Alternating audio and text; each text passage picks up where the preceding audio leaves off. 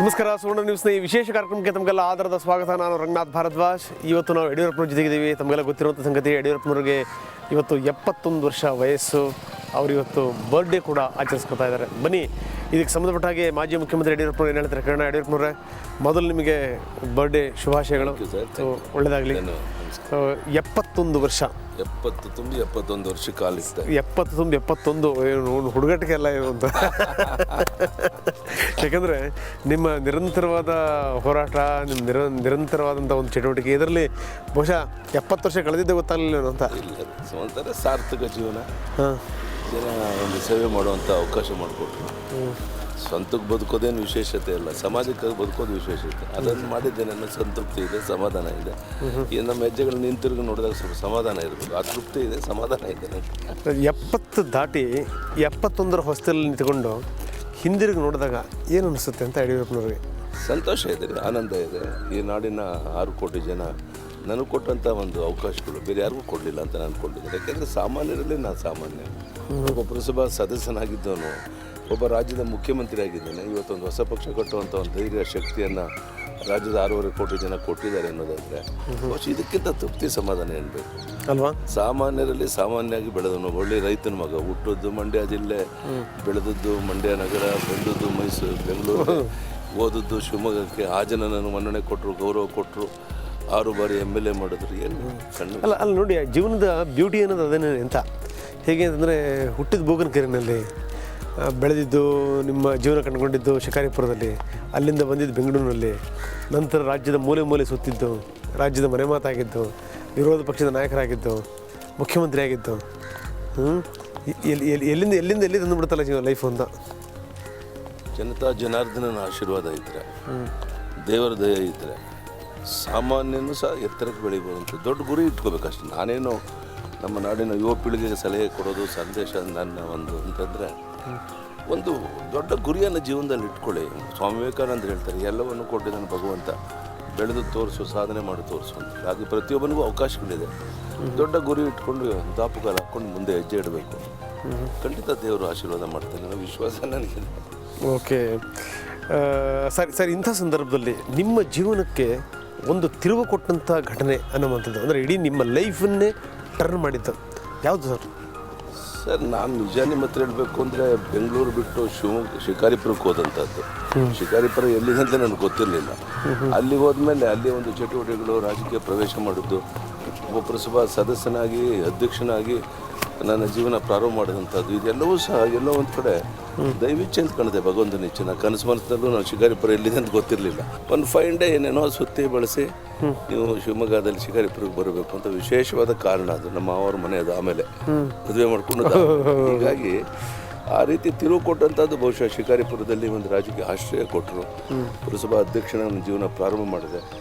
ಅದರಿಂದ ಹೋರಾಟದ ಮೂಲಕ ಒಂದು ರಾಜ್ಯಕ್ಕೆ ಪರಿಚಯ ಆಯಿತು ಅಂತ ನಾನು ಅಂದ್ಕೊಂಡಿದ್ದೀನಿ. ನನ್ನ ತಿರುವು ಅಲ್ಲಿಂದ. ಸೊ ಅಂದರೆ ಶಿಕಾರಿಪುರಕ್ಕೆ ಹೋಗೋಕ್ಕಿಂತ ಮೊದಲು ನೀವು ಬೆಂಗಳೂರಲ್ಲಿದ್ರಿ? ಹೌದು, ಇಲ್ಲೇ ನಮ್ಮ ಶೇಷಾದ್ರಿ RSS ಕಾರ್ಯಾಲಯದಲ್ಲಿದ್ದು, ನಮ್ಮ ಜಯದೇವ್ ಅಂತ ನಮ್ಮ ಅವರ ಡಿಸೆಂಟ್ ಕಂಪ್ನಿಗೆ ನಾನು ಹೋಗ್ತಾ ಇದ್ದೆ. ಅವ್ರು ಇಂಡಿಯಾ ಗ್ಯಾರೇಜಲ್ಲಿ ಅವ್ರು ಕೆಲಸ ಮಾಡ್ತಿದ್ರು. ಈಗ ಒಟ್ಟಿಗೆ ಇದ್ದು ಜೀವನ ಪ್ರಾರಂಭ. ಅಂದರೆ ಇಲ್ಲಿಂದ ಶಿಕಾರಿಪುರಕ್ಕೆ ಹೋದಂಥ ಘಟನೆ ಇದೆಯಲ್ಲ, ಅದೇ ಒಂದು ನಿಶ್ಚಿತವಾಗಿ. ನಮ್ಮ ಅಜಿತ್ ಕುಮಾರ್ ಅಂತಿದ್ರು, ಸಂಘದ ಭಾಳ ದೊಡ್ಡ ಹಿರಿಯ ನಾಯಕರು, ನಮ್ಮೆಲ್ಲರಿಗೂ ಮಾರ್ಗದರ್ಶನ ಮಾಡಿದ್ರು. ಅವ್ರು ಬಂದು ರೈಲ್ವೆ ಸ್ಟೇಷನ್ ಬಿಟ್ಟು ಹೋದ್ರು, ಒಳ್ಳೇದಾಗ್ಲಪ್ಪ, ಅಲ್ಲೋಗಿ ಸಂಘ ಕಟ್ಟು ಕೆಲಸ ಮಾಡು, ಮುಂದೆ ಬಾ ಅಂತ. ಆಯಿತು, ಮಾವನ ಮನೆಯೂ ಆಯಿತು, ಮತ್ತು ರಾಜಕೀಯದಲ್ಲಿ ಒಂದು ಬೆಳೆದಂಗೂ ಆಯಿತು, ಸಂಘ ಕಟ್ಟಿದಂಗೂ ಆಯಿತು ಅಂತ. ಇದೆಲ್ಲ ಕನಸು ಹೊತ್ಕೊಂಡು ನಾವು ಶಿಕಾರಿಪುರಕ್ಕೆ. ಭಾಳ ಆಶ್ಚರ್ಯ ಅಂದರೆ, ಅಜಿತರು ತಮಗೆ ಸಂಘ ಕಟ್ಟಿ ಅಂತ ಕಳಿಸಿದ್ರು, ತಾವು ಸಂಸಾರ ಕಟ್ಟಿದ್ರಿ, ಪಕ್ಷ ಕಟ್ಟಿದ್ರಿ, ಕೊನೆ ಮರೆಯೋಕ್ಕಾಗಲ್ಲ ಅದನ್ನು. ಅಜಿತ್, ಜಯದೇವರು, ನಮ್ಮ ಮಧುರ. ಸೊ ಅಂತೂ ನಿಮಗೊಂದು ಸಮಾಧಾನ ಇದೆ, ಒಂದು ಸಾರ್ಥಕ ಜೀವನವನ್ನು ನಾನು ಕಳೆದಿದ್ದೀನಿ ಅಂತ. ಹೆಜ್ಜೆ ಹೆಜ್ಜೆಗೂ ನಮಗೆ ಶೇಷಾದ್ರಿಗಳು ಸಂಘದ ಹಿರಿಯರು ಮಾರ್ಗದರ್ಶನ ಮಾಡ್ತಾ ಇದ್ರು. ಎಲ್ಲ ಯಾವುದೋ ಪೂರ್ವಜನದ ಪುಣ್ಯ ನಮಗೆ. ಯಾವ ವಯಸ್ಸಲ್ಲಿ ಸರ್ ಅದು? ನನ್ನ 21-22. ಓಹೋ, 23 ಸೊ ಅಲ್ಲಿಂದ ನೀವು ಶಿಕಾರಿಪುರಕ್ಕೆ ಹೋಗಿ ಅಲ್ಲಿ ಮೊದಲು ಪುರಸಭೆ ಸದಸ್ಯರಾಗಿದ್ದೆ ಯಾವಾಗ? 72-73. ಅವಾಗ ಎಷ್ಟಾಗಿತ್ತು ತಮಗೆ ವಯಸ್ಸು? 22-22 ವರ್ಷ. ಓ, ಅದೇ ಟೈಮಲ್ಲೇ.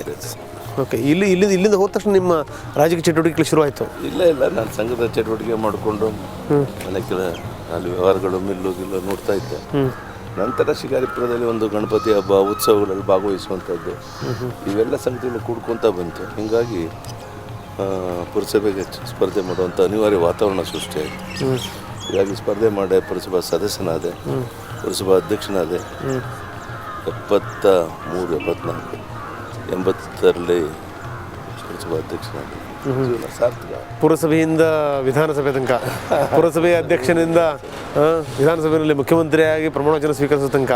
ಖಂಡಿತ ಭಾಳ ಜನಕ್ಕಿಂತ ಅವಕಾಶಗಳು ಸಿಗೋದಿಲ್ಲ. ಅದಕ್ಕಾಗಿ ನಾನು ರಾಜ್ಯದ ಜನತೆಗೆ ಜನಾರ್ದನ ಋಣಿಯಾಗಿದ್ದೇನೆ. 100 ಬಾರಿ ಯಾಕೆ ಹೇಳ್ತೇನೆ ಅಂದರೆ, ನನಗೆ ನೆನಪಿದೆ ಮಲ್ಲಿಕಾರ್ಜುನಯ್ಯನವರು ಒಂದು ಸಾರಿ ಹೇಳೋರು ನಮಗೆ, ವಿಧಾನಸೌಧ ಬಂದು ನೋಡ್ರಯ್ಯ ಅಂತೇಳಿ. ಒಂದ್ಸರಿ ಉತ್ಸಾಹ ಬರುತ್ತೆ, MLA ಆಗಬೇಕು ಅನಿಸುತ್ತೆ ಅಂತ ಹೇಳೋರು. ನಾನು ಒಂದ್ಸರಿ ಪ್ರಯತ್ನ ಮಾಡಿದೆ, ಸೀಟ್ ಸಿಗಲಿಲ್ಲ. ಅವಾಗೆಲ್ಲ ಮುಖಂಡರುಗಳು ಹೇಳಿದ್ರು, ನಮ್ಮ ಬಾವರಾವ್ ದೇಶಪಾಂಡೆ ಅಂತಿದ್ರು, AK ಸುಬ್ಬಯ್ಯನವರು ಅವಾಗ ಅಧ್ಯಕ್ಷರು.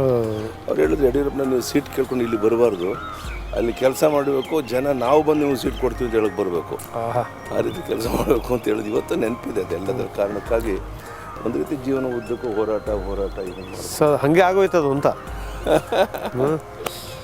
ಏನೋ ಒಂದು ಇವತ್ತು ನೆನೆಸ್ಕೊಂಡ್ರೆ ನಾನು ಈ ವಿಧಾನಸೌಧ 3ನೇ ಮಡಿಲಿ ಕುಂತಂಥದ್ದು ನಾವು ಇದಕ್ಕೂ ಸಹ ನನ್ನ ಕಲ್ಪನೆ ಮಾಡ್ಕೊಳ್ಳೋಕೆ ಸಾಧ್ಯ ಇಲ್ಲ. ಒಬ್ಬ ಸಾಮಾನ್ಯ ವ್ಯಕ್ತಿ ಯಾವುದೇ ರಾಜಕೀಯ ಆಶ್ರಯ ಬೆಂಬಲ ಇಲ್ಲದೇ ಇಂಥ ಉನ್ನತ ಸ್ಥಾನಕ್ಕೆ ಏರ್ಬೋದು ಅಂದರೆ ಜನಾರ್ದನ ಅವನು ಎಷ್ಟು ದೊಡ್ಡ ಮನಸ್ಸು ಮಾಡ್ತಾನೆ ಅಂದರೆ ನಾವು ಅವನು ಋಣಿಯಾಗಿರಬೇಕು. ಇವತ್ತು ಬೇರೆ ರಾಜಕಾರಣ ಮಾತನಾಡ್ತೇವೆ, ಹೋಗುತ್ತೆ, ಬೇರೆ ವಿಷಯ, ಅದೃಷ್ಟ ಇರಬೇಕು. ನಮ್ಮ ತಂದೆ ಹೇಳ್ತಾ ಇದ್ರು, ನೀನು ರಾಜನಾಗ್ತೀವಿ, ಹೋಗಯ್ಯ, ಇಲ್ಲೆಲ್ಲ ತಲೆ ಕೆಡಿಸ್ಕೊಂಡ್ಯಾ, ಚಿಕ್ಕ ವಯಸ್ಸಲ್ಲಿ ಹೇಳೋರು. 12 ವರ್ಷ ಆಯಿತು. ಅದೆಲ್ಲ ನಿಜ ಆಯ್ತದೆ. ಹೇಗೆ ದೊಡ್ಡವರ ಆಶೀರ್ವಾದ ಹೇಗಿರುತ್ತೆ ಅನ್ನೋದನ್ನು ಜೀವನದಲ್ಲಿ ಮರೆಯೋಕ್ಕಾಗೋದಿಲ್ಲ. ಅವಾಗ ನಾನು ತಮಾಷೆ ಅನಿಸೋದು, ಏನು ನಮ್ಮ ತಂದೆ ಬುದ್ಧಿ ಇದೆಯಲ್ಲ ಈ ಥರ ಹೇಳ್ತಾರೆ ಅಂತ. ನಿಜ ಆಗಿನ ಸ್ಥಿತಿಗತಿಗಳನ್ನು ನೋಡಿದಾಗ. Yes sir.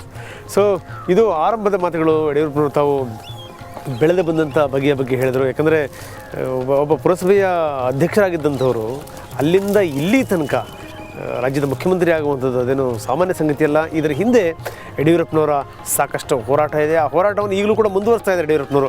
ಸೊ ಇನ್ನು ಮುಂದಿನ ಭಾಗದಲ್ಲಿ ಏನು ಹೇಳ್ತಾರೆ, ಈಗಿನ ರಾಜಕೀಯ ಸ್ಥಿತಿಗತಿಗಳ ಬಗ್ಗೆ ಯಡಿಯೂರಪ್ಪನವರ ಅಭಿಪ್ರಾಯ ಏನು, ಮುಂದಿನ ಅವರ ಹೆಜ್ಜೆ ಏನು, ಅವರ ಗುರಿ ಏನು, ಕೇಳೋಣ ಸಣ್ಣ ವಿರಾಮದ ನಂತರ.